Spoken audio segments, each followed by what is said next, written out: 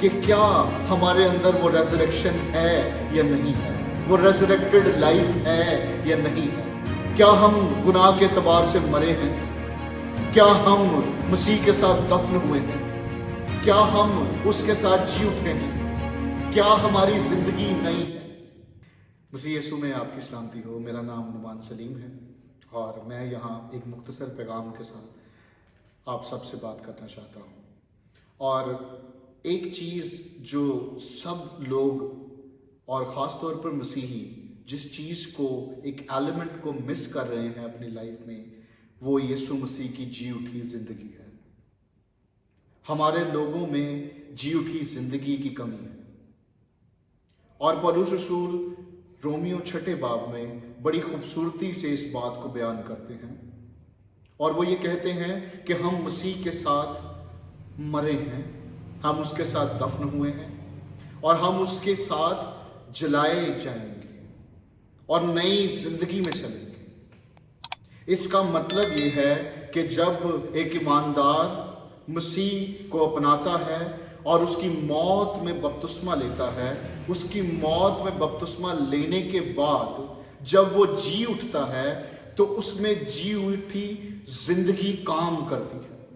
وہی ریزوریکٹڈ لائف جو یسوع مسیح کے اندر تھی، وہی اس کے بلیورز میں کام کرتی ہے۔ ہم اسے اسپرچول ریزریکشن آف بلیورز کہتے ہیں۔ اب یہاں پر نقطہ یہ ہے کہ کیا ہمارے اندر وہ ریزریکشن ہے یا نہیں ہے، وہ ریزریکٹڈ لائف ہے یا نہیں ہے۔ کیا ہم گناہ کے اعتبار سے مرے ہیں؟ کیا ہم مسیح کے ساتھ دفن ہوئے ہیں؟ کیا ہم اس کے ساتھ جی اٹھے ہیں؟ کیا ہماری زندگی نئی ہے؟ یہ بڑے سوال ہیں جو ہمیں بہت ہی زیادہ چیلنج کر رہے ہیں، اور ان کے چیلنج کرنے کی سب سے بڑی وجہ ہے ہماری انسانیت کا نہ بدلنا۔ بہت سے کرسچنز ہیں وہ بیپٹزم کے بعد بھی سیم رہتے ہیں، ایک جیسے ہی رہتے ہیں، جیسے پہلے تھے اب بھی ویسے ہیں۔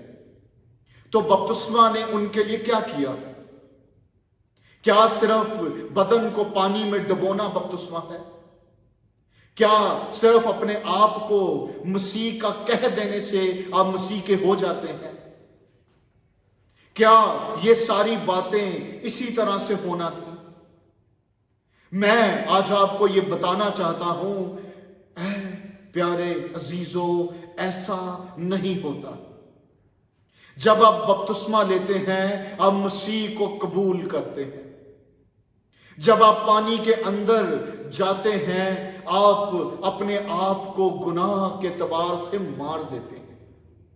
جب آپ پورے ڈوب جاتے ہیں، آپ مسیح کے ساتھ دفن ہو جاتے ہیں۔ اور جب آپ پانی سے باہر آتے ہیں، آپ ریزوریکٹ ہو جاتے ہیں، آپ جی اٹھتے ہیں، اور اس کی جی اٹھی زندگی آپ میں آ جاتی ہے۔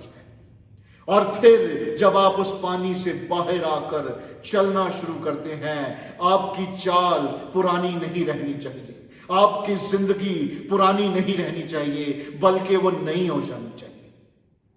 لیکن آج کا سب سے بڑا مسئلہ یہ چل رہا ہے کہ ہمارے اندر ریزوریکٹڈ لائف مسنگ ہے، ریزوریکٹڈ لائف نہیں ہے، مسیح کی جی اٹھی زندگی نہیں ہے۔ اور بہت سے لوگوں کو ابہام ہے، کنفیوژن ہے کہ ہم میں ہے، اور ہم اس کو رکھتے ہیں اپنے اندر۔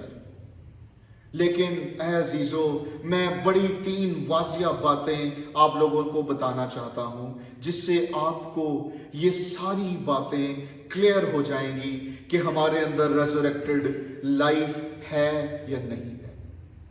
سب سے پہلا پوائنٹ، کیا آپ گناہ کے اعتبار سے مر چکے ہیں؟ یہ سب سے اہم نقطہ ہے۔ آپ کی پرانی انسانیت گناہ کرتی تھی، گناہ کی غلام تھی، وہ گناہ کیے بغیر رہ ہی نہیں سکتی تھی۔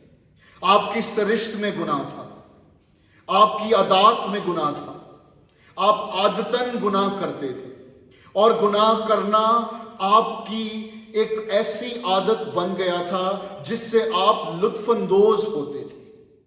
آپ کے گناہ آپ کا بدن انجوائے کر رہا تھا, آپ کا بدن اسے رسپونڈ کر رہا تھا, آپ اسی کو کرنے کی فراق میں رہتے تھے.